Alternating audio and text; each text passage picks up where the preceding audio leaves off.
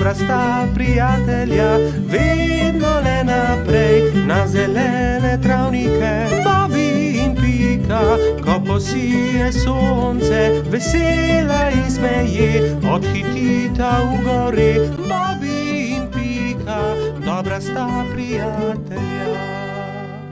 Vodni polž. Bibi, Pika, Rozi in Baltazar so skupaj posedali na travniku. Če bi le tudi jaz imel takšne sorodnike, enega daljnega polžjega sorodnika, je vzkliknil Bibi. Saj ti imaš sorodnike, Bibi? Vodni polž je tudi polž, je rekla metuljčica Rozi. Res? Je veselo poskočil Bibi. In kje lahko srečam vodnega polža? Nikjer, je zdrdral Baltazar. Mislim, da vodni polž sploh ne obstaja. Pa vendar obstaja, se je razjezila Rozi. In tudi vem, kje živi. Tam, za smrekovim gozdom je okroglo jezero in na dnu njegova hiška.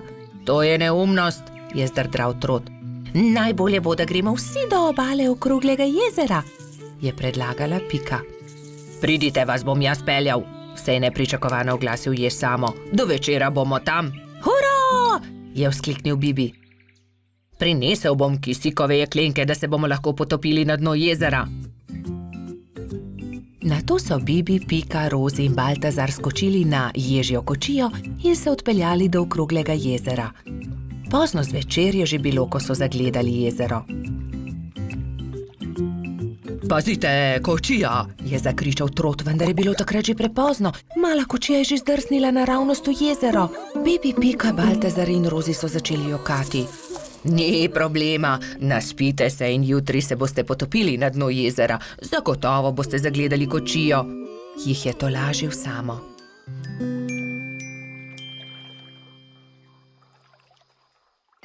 Naslednji dan je Bibi zgodaj vstal. Poglejte, lokvan je odprl svoj cvet in na listu nekdo stoji, maha nam. Kdo pa si ti? Je prijazno vprašal Bibi. Zdravo, jaz sem polž Žiga, živim tu na dnu okroglega jezera, se je predstavil vodni polž. Vidiš, Baltazar, resnično obstajajo vodni polži in tudi jaz imam sorodnike. Polž Žiga ni razumel, zakaj se ga je drugi polž tako razveselil, ampak Pika je razložila, zakaj so se podali na pot. Tudi jaz sem vesel, da sva se spoznala, dragi sorodnik, je rekel vodni polž Bibu. Polž Žiga, nam pomagaš poiskati kočijo, ki se nam je potopila v vodo? Je nato vprašala Rozi. No, seveda, pridite z menoj, je dejal vodni polž. Poiskali bomo kočijo in ogledali si boste lahko podvodni svet, pokazal vam bom svoj dom. To je moja hiška, je ponosno rekel polž Žiga. Se je zaslišal zastrašujoč, sikajoč glas. Bibi, Pika, Rozi in Baltazar so prestrašeno skočili za hiško. Le polž Žiga se je smejal. Ne bojte se, to je moj prijatelj Kača. Predraga Kača, si slučajno videl kostanjevo kočijo na dnu jezera? Je vprašal polž Žiga. Seveda, je dejala Kača. Primite se mene, vas bom odpeljala. Tam je vzkliknila Kača. Bibi, Pika, Baltazar in Rozi so se zelo razveselili. Uspelo je čestital Jež, ko je zagledal majhne prijatelje, ki so splavali na površino. Medtem, ko se suši kočija, malo plujmo, je predlagal polž Žiga. Vsi so se usedli na lokvarjev list, polž Žiga pa je veslal. Čas je, da odrinemo domov, je rekla Piki, ko se je začelo temniti. Ne, ostanimo še, je prosil Bibi. Bomo prišli še kdaj drugič, je povedala Rozi. Bibi, Pika, Baltazar in Rozi so se poslovili od polža Žige. Na obali jezera jih je že čakal Jež Samo. Usedli so se v ježjo kočijo in odrinili proti domu. Naslednji dan sta Bibi in Pika narisala lepo sliko o daljnih sorodnikih.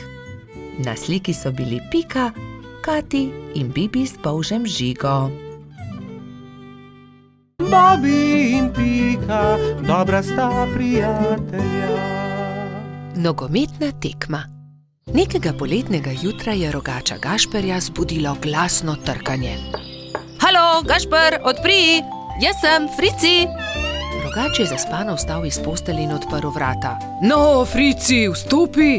Je srečno zavpil Gašper in stara prijatelja sta se objela. Poglej, prinesel sem ti nekaj, je dejal Frici.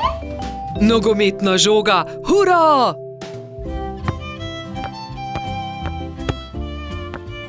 Ampak za nogomet potrebujemo moštvi, ga je opozoril Frici. V redu, sestaviva ekipi. Povejva vsem, je predlagal rogač. Po zajtrku sta se Gašper in Frici odpravila na pot. Potrkala sta pri vseh. Obhodila sta vse hiše in ko sta prišla do konca gozda, sta se zbrali dve ekipi. Za sodnika so izbrali Alfonza. Sešimo jim barvaste majice, je predlagala Lili. Modre so za eno ekipo, rdeče za drugo. Nogometaši so vadili ves teden. Te smo sešile za vas, je dejala Sapica in Gašperju potisnila v roke rdeče in modre majice. Hvala, sta dejali ekipi hkrati in srečni oblekli majice. Pika in Lili sta prinesli klopi in gledalci so zasedli svoja mesta na robu igrišča. Nenadoma se je oglasila Alfonzova piščalka in tekma se je začela. To je to, teci Bobi, je zavpil Gašper. Sem meni podaj, je zavpil Gumbi. Hura, to je to, se je veselila modra ekipa in se objela. Dajmo modri, dajmo rdeči, je bilo mogoče slišati iz občinstva. Ne velja, Frici, ne smeš z roko prijeti žoge, se je jezil Trot. Res je, Baltazar ima prav, ne krši več pravil, Frici, je strogo dejal sodnik Alfons. Tekma se je vznemirljivo nadaljevala. Tudi rdeči so dosegli 2 gola, modri tudi, tako da je Gašperjeva ekipa vodila že s 3-2, ko se je igra spet ustavila. Frici me je spotaknil, se je pritoževal Gumbi. Da, tudi jaz sem videl, je dejal Alfons. Frici, če bo še enkrat kršil pravila, te bom izključil. Kazalo je na zmago Gašperjeve ekipe. Frici se je nenadoma razjezil. Poglej me, zdaj bom zadel, je zavpil in odrinil Bobija, vendar je od sunka padel tudi sam in v bolečinah zavpil.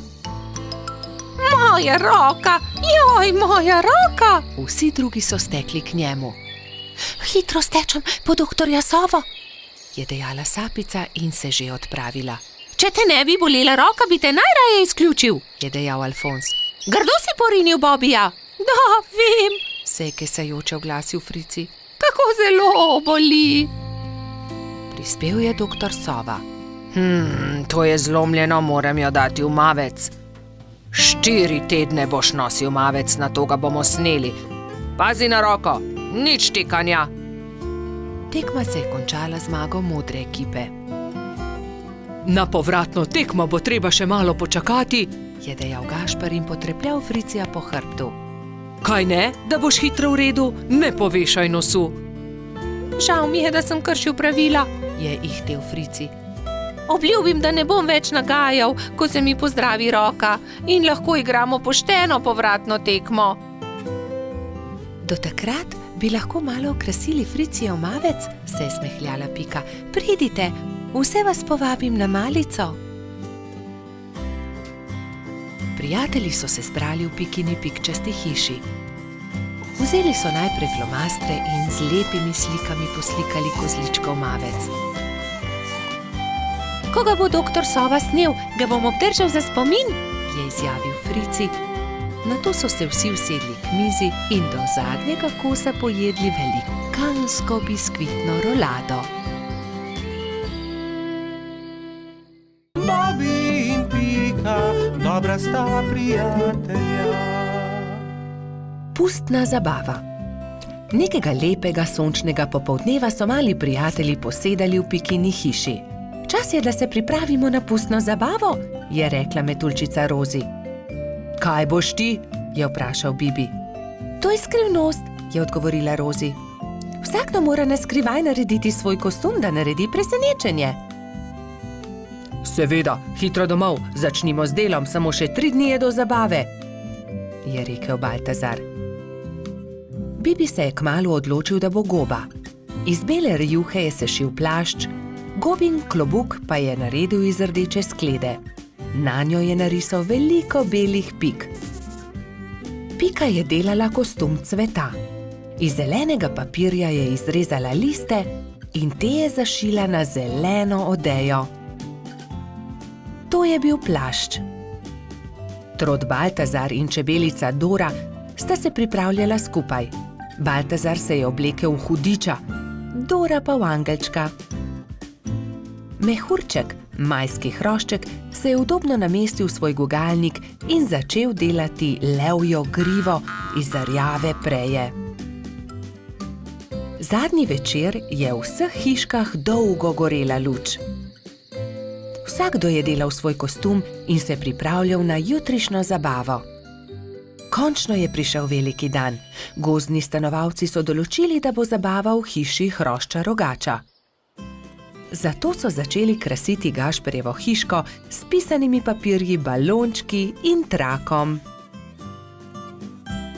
Medtem so se pri vrtni hroščici Lili za popoldansko zabavo pripravljale vse boljše in boljše sladice. Pika, Skokica in koleratski hrošč Edi so tudi pomagali Lili. Končno je prišlo popoldne in vsakdo je lahko oblekel svoj kostum. Domačin Gašper se je oblekel v igralno kocko. Vznemirjen je čakal goste. Najprej sta prišla Pika in Bibi v kostumu gobe in cveta. Kmalu je prišel tudi hudič Baltazar, angelček Dora in prispela je tudi Rozi v kostumu raka. Kot kaktus je prišla kobilica Skokica, mehurček kot lev, Edi oblečen kot kuhar, Lili v grozdjem kostumu. Na njeni obleki je viselo veliko vijoličastih balonov. Kresnička se je oblekla v svinčnik, Bolha v meduzo, Polž Žiga v vojaka, Mala mravljica pa kot palačinka.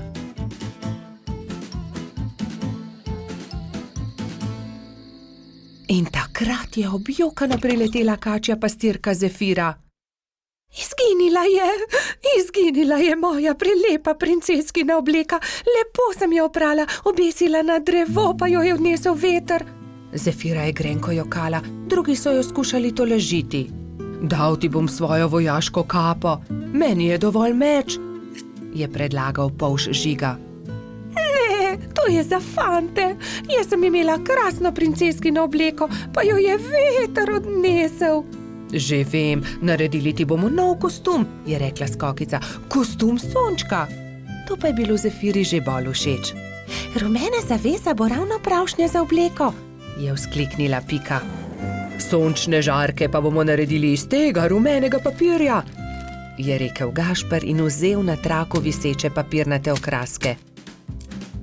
In vsi so lepili, rezali, šivali, ustvarjali in kmalu dokončali lep kostum sončka. Jaz ti bom pa za večer dala mojo malo lučko. Svinčnik tako ne rabi lučke, je nasmejano rekla Kresnička. Hvala lepa, je rekla Zefira in bila tako srečna, da je zardevala od sreče. Mali prebivalci gozda so peli, plesali in vsi so menili, da ima najbolj zanimiv kostum prav Zefira. Saj sonček, ki tudi po noči sije, je zares poseben.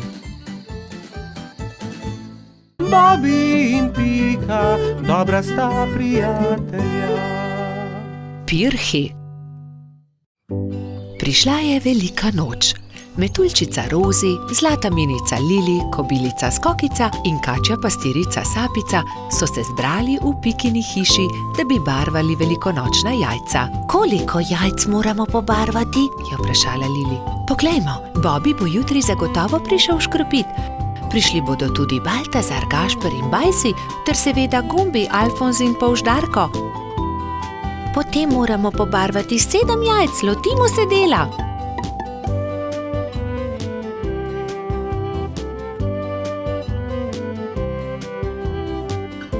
Lepi so, fantje bodo jutri gotovo veseli, je ugotovila Rozi. Čas je, da se odpravimo domov, jutri bom zgodaj vstala, spekla bom palačinke, z njimi bom čakala škropivce, je dejala Rozi. Jaz bom spekla pogačo, je rekla Lili. Jaz pa zavitek, je dodala Pika in pospremila dekleta. Naslednje jutro so se vsa dekleta zbudila zgodaj.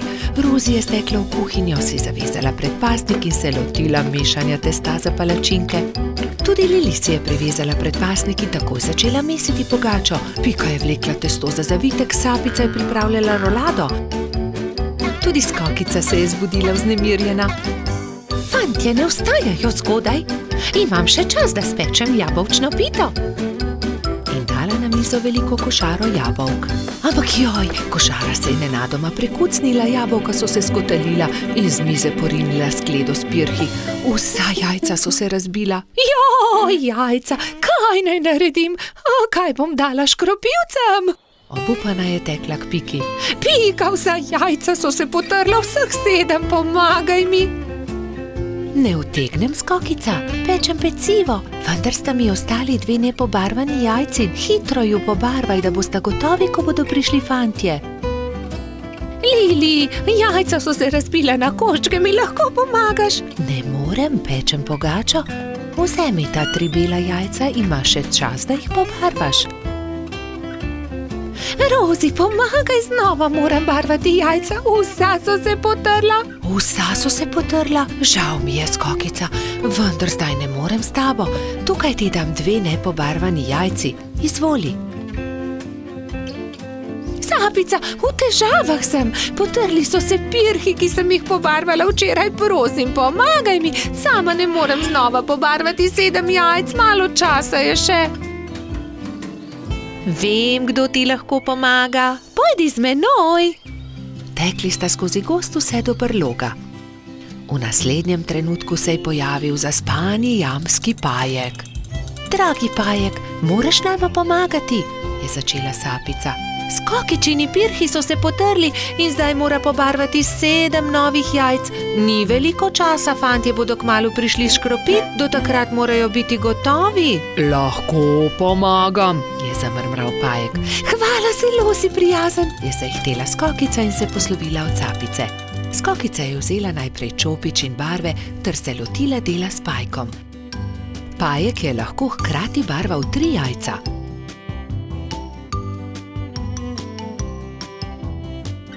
Končala sva, je veselo dejala Skokica. Zahvalila se je Pajku za pomoč in jajca razporedila na skledo. V tistem trenutku so že trkali na vrata. Skokica je odprla in 7 fantov je hkrati začelo škropilsko pesem. To deklico bom zalil in se za lepa jajca zahvalil. Vseh 7 je poškropilo Skokico. Kobilica je ponosno pomolila skledo proti njim, fantje pa so se izbrali po en pisan pirh. Peciva žal nimam, se je oglasila Skokica in povedala, kaj se je zgodilo. Ne skrbi, so se smejali fantje. Pri Piki smo jedli zavitek, pri Lili pogačo, pri Rozi palačinke, pri Sapici pa piškote, niti kosa ne bi več spravili v želodce, so dejali fantje in se smejali na ves glas. Bobi in Pika, dobra sta prijatelja. Lutkovna predstava.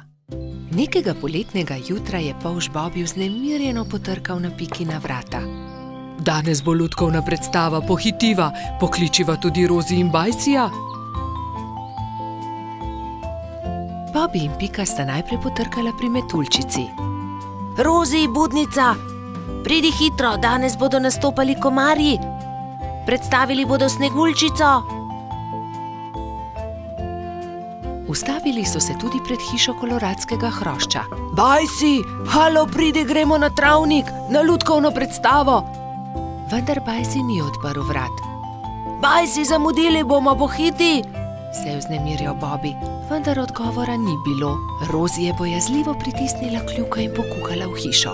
Koloradski hrošč je še ležal v postelji.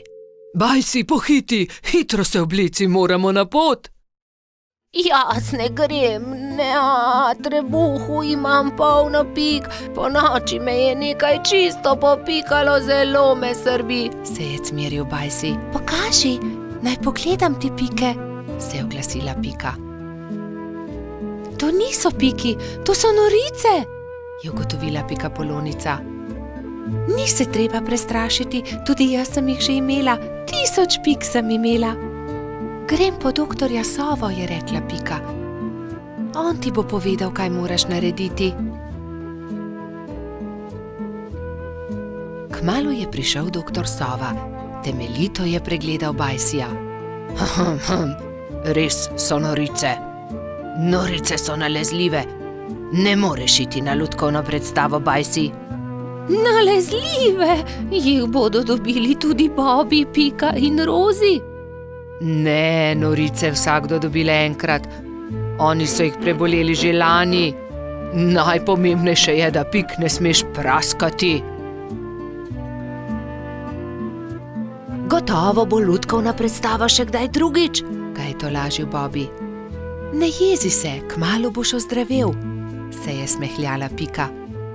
Prijateljčki so se poslovili od Bajsija in se odpravili na lutkovno predstavo. Na travniku je že stal paravan. Lutkovno druščino je sestavljalo 5 komarjev. Kmalu se je razprla zavesa in program se je začel.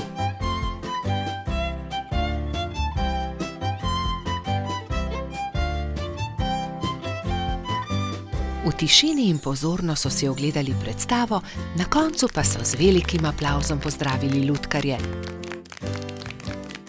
Komarji so dovolili, da so prebivalci gozda vzeli v roke lutke in si jih ogledali. Škoda, da Bajsi ni mogel priti z nami, je žalostno dejala Pika, medtem ko so hodili domov. Gotovo bi mu bilo zelo všeč. In kako bi bilo, če bi mu predstavo zaigrali mi? Se je nenadoma oglasila Pika. To je zelo dober predlog, Pika, je dejala Rozi. 3 prijatelji so se lotili dela v pikčasti hišici. Rozi je narisala palčke, Pika Sneguljčico in kraljeviča, Bobby pa mačeho.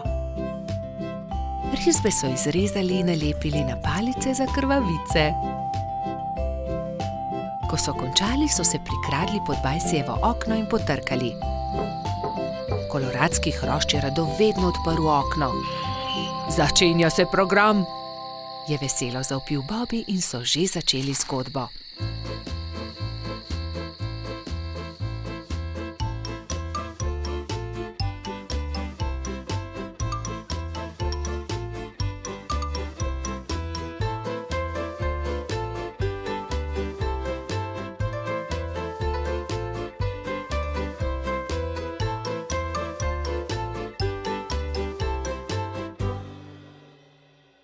Hvala, je dejal. Zelo dobri prijatelji ste. Čez 10 dni je znova prišel doktor Sova. Do takrat pa so že izginile vse Bajsijeve pike. Bobby in Pika, dobra sta prijatelja. Cmoki. Nekega jesenskega dne je Pikapolonica Pika skuhala slivove cmoke in povabila prijatelje na kosilo. Prišli so Bobby, Baltazar, Gašper in Rozi. Skupaj so pogrnili mizo in se usedli. Pikapolonica je dala po 3 cmoke na vsak krožnik, Bobby, Pika in Rozi so bili kmalu siti. Slivovi cmoki, obožujem jih, 5 jih lahko pojem, je dejal trod Baltazar. Samo 5, jaz jih lahko 7, je dejal Gašper. 7, dobro, potem jaz 8. Jaz pa 10, je izjavil Rogač. Dobro, tekmujva, je končal prepir Baltazar. Naj vidimo, kateri izmed najih lahko poje več. Piki zadeva ni bila všeč. Poskušala jo je pregovoriti, vendar sta bila fanta nepopustljiva. To se ne bo dobro končalo, ju je opozorila, vendar je Baltazar in Gašper nista poslušala. Doslej sva pojedla 3 cmoke, zdaj naj pride 4, je predlagal Gašper in dal novi cmok na vsak krožnik. Zatem sta vzela novega in pojedla tudi 5. Po 5. sta pojedla 6., po 6. sta pojedla 7., po 7. sta pojedla 8. in po njem 9. Zdaj pride 10., še zmoreš? Je vprašal Baltazar. Seveda, lahko pojem 2-krat toliko, je rahlo zamahnil Gašper. Ko sta pojedla zelo veliko cmokov, je oba začel boleti želodec. In bolel je čedalje bolj in bolj. Tečem po doktorja Sovo, je dejala metuljčica Rozi. Doktor Sava jo je pregledal in začel jezno govoriti. No, kdo je že videl kaj takega? Seveda vaju boli želodec. Oba sta pojedla po 15 cmokov. Pa še to, da se je tekmovanje končalo neodločeno. 3 dni bosta na dieti, ne smeta jesti nič drugega kot le kuhan krompir. Ampak ravno jutri bo prišel v naš gozd prodajalec rogljičev, se je oglasil razdvojeni Gašper. Zelo mi je žal, ampak se jim bosta odrekla. Čez 3 dni pridita k meni, da vama bom spet pogledal želodec, je strogo dejal doktor Sova in odšel domov. Naslednji dan je na velik travnik prispel prodajalec dišečih rogljičev. Prebivalci gozda so srečno jedli in izbirali med veliko dobrotami. Cimetovega, prosim, je dejala Pika. Jaz bi kokosovega, se je prerival Bobby. Meni dajte sladkornega, je zavpila Rozi. Imeli pa so tudi orehove, makove, celo kakavove. Baltazar in Gašper sta žalostno gledala veseli sejem, a sta ubogala doktorja Sovo. Ko so minili 3 dnevi, sta šla Trot in Rogač k zdravniku. No, poglejmo, je zamrmral doktor Sova in ju temeljito pregledal. V redu, ozdravela sta. Vidim, da sta me ubogala. Ja, seveda, je Gašper pokimal z nosom. Čeprav bi si močno želel jesti rogljiče. Gašper in Baltazar sta se poslovila od doktorja Sove in se odpravila domov, ko je doktor Sova zavpil za njima. Počakajte le minuto, tu je nekaj. Prihranil sem vama 2 rogljiča. Izvolita. No, doktor Sova, tudi ti si šel na travnik? Seveda, kupil sem kolač za svoje sinčke, ta 2 pa sem prihranil za vaju. Lepo sta upoštevala, kar sem vama rekel, zato ne bosta ostala brez dobrot. Hvala, sta srečno dejala Baltazar in Gašper ter objela doktorja Sovo.